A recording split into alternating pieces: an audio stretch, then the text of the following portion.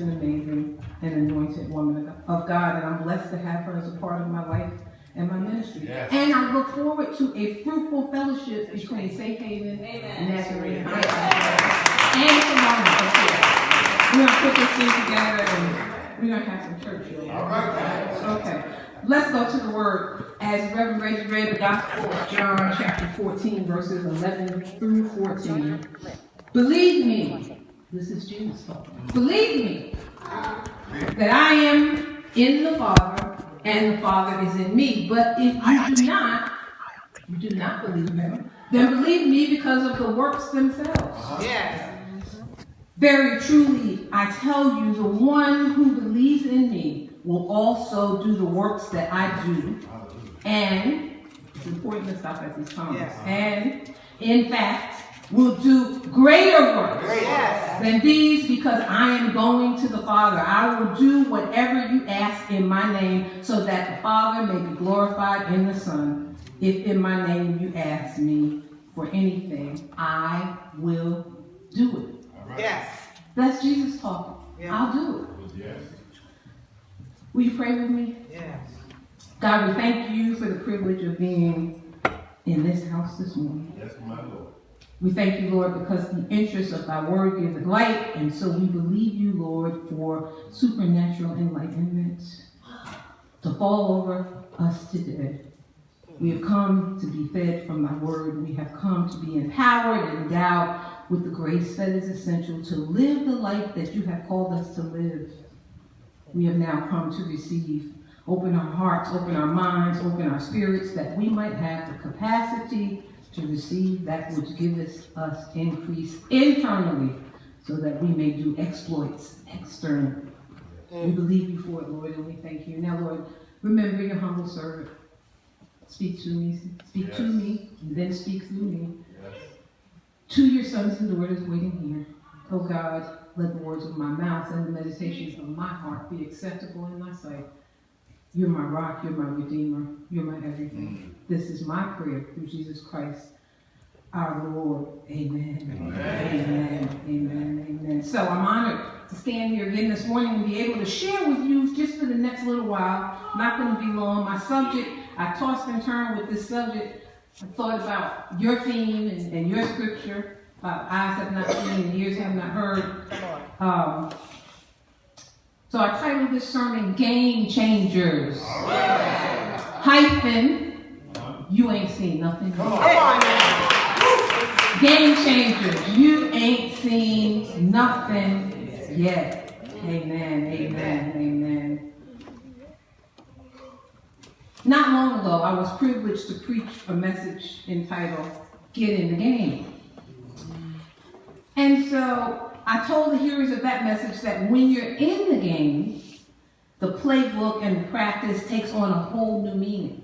What do I mean by that? A whole new meaning versus those that are watching the game. Amen. So then, for those of us who are into the NFL and the NBA and whatever, we understand what that means. We understand what that means. And in contrast with those folks who sit in the grandstand, or even if they're sitting at home, but the people with the expensive box seats and everything, those folks are spectators. They see real well. They are sitting in high places. When I say that, what do I envision? That line judge looking down on Serena Williams, sitting in high wickedness in the high places. That's another sermon for another thing. That just came to me. That's not even notes. That just popped up in front of my head. That's an example. Well, let me go back. So we see spectators, and they don't have to worry about damaging their knees or having ACL surgery or getting hit and going off the field and then being paralyzed, and all of that goes on for people who are in the game, who have invested themselves, who put their lives on the line, who are in the game. The spectators, they see it. They see it. I can remember seeing tapes. Some people in this room may be mature enough, I won't say old, I'll say mature enough, to remember when LT broke Joe Theismann's leg. I've seen the videotapes. It was a wonderful event. Okay, that was not very nice. That was not very nice. But it was a horrible thing. And that happened because Joe Theismann, like it or not, was in the game. He was invested. Right. That's an example of what can happen if you're in the game. You don't have to worry about that kind of thing as long as you're a spectator up in the stands. You don't have to worry about that. You can just enjoy the game while others put themselves at risk. Amen. When you're in the game, when you're on the field, on the court, something dynamic, something life-altering happens to you. When you're in the game of ministry, in the church, doing what it is Jesus is talking about in our text this morning, doing works. Right. You're invested. There are some who are in the game, but they're riding the bench. They don't see any action. Often, that's not by choice. Sometimes the coach has you riding the bench. Because as Reverend Chris alluded to when talking about Reverend Ruby, sometimes you're not ready to be in the game. And so you get benched. Because there's some things you need to learn. So the work of the church is not a spectator sport this morning. None of us were given a spot on the team to ride the bench. Unless you're in timeout for a minute. Particularly at this time in history, we cannot afford to have those who prefer to sit on the sidelines and watch. In this time of unpredictable leadership and government, Reverend Reggie prayed this morning in that beautiful prayer that God will touch the minds and hearts of those in leadership and show them that this is not about you. This time of alternative reality. Fake news. And alternative reality presidents. Dr. Frank Thomas talks about the idolatrous imagination. And how the idolatrous imagination in America has allowed what we see on our TVs to be. It allowed a reality TV star to become the reality TV president, to have a reality TV administration, making reality TV policy. Let's just call it what it is. The idolatrous imagination. Why? Because we lift up those with money. Don't have to have principles, but if you got the money, you're a celebrity, we lift you up, and therefore this person has slid into the residence known as 1600, slithered, thank you Reverend Chris, into the residence known as 1600 Pennsylvania Avenue, and as a result, we're hurting.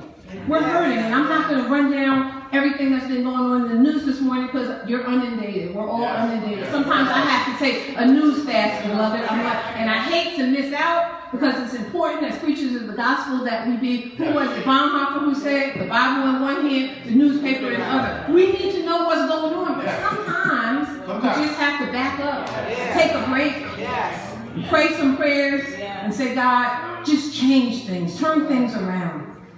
We must combine the prophetic with the protest because we understand that faith without works is dead. Yes, we must understand what Dr. Martin Luther King said when he said that any religion and any pastor or preacher who confesses to be concerned about the souls of men and women but is not concerned about the slums that damn them, the economic conditions that strangle them, the social conditions that cripple them, is a dry as dust religion and a dry as dust pastor or preacher. Hello, evangelicals on this morning.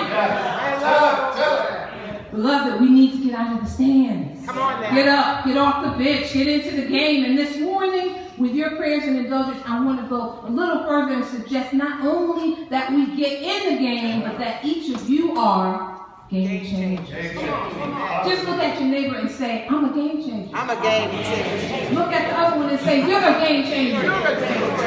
Amen, amen, amen. Those of us, again, who are into the NFL and the NBA, how many times have we seen a single player, one player turn the game around at the last minute from losing to a win? And sometimes it happens in a matter of seconds. I won't take the time to catalog the many times where a game was turned around in at least in the last 4 seconds of the game, and every person on the team has a chance to be that game changer. Everybody in here this morning has the opportunity to be a game changer. And what is true in the game on the field is also true in the game of life. That every single life makes a difference. Just look at somebody and say, my life too. My life makes a difference too.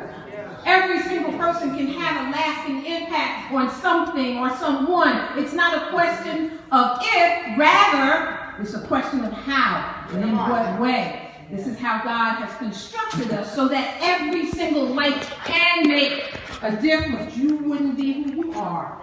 You just heard some of my story. Reverend Chris told it when she introduced me. I wouldn't be who I am standing here this morning about to embark on the ministry that God called me to do, and people were too blind to see that. But for game changers like Reverend Chris, game changers like Reverend Reggie, game changers like Reverend Ruth, game changers that God puts in your life to turn the game around. Oh, when the clock is running down and it looks like you're going to lose, the game changers come in